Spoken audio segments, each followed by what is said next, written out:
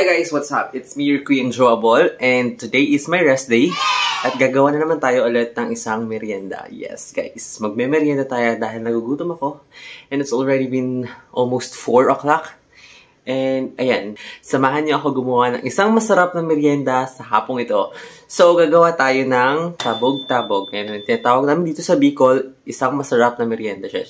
So, let's go guys. Madali lang yung ating mga ingredients. And makikita lang ito or mabibili nyo lang ito sa mga sa bilihan.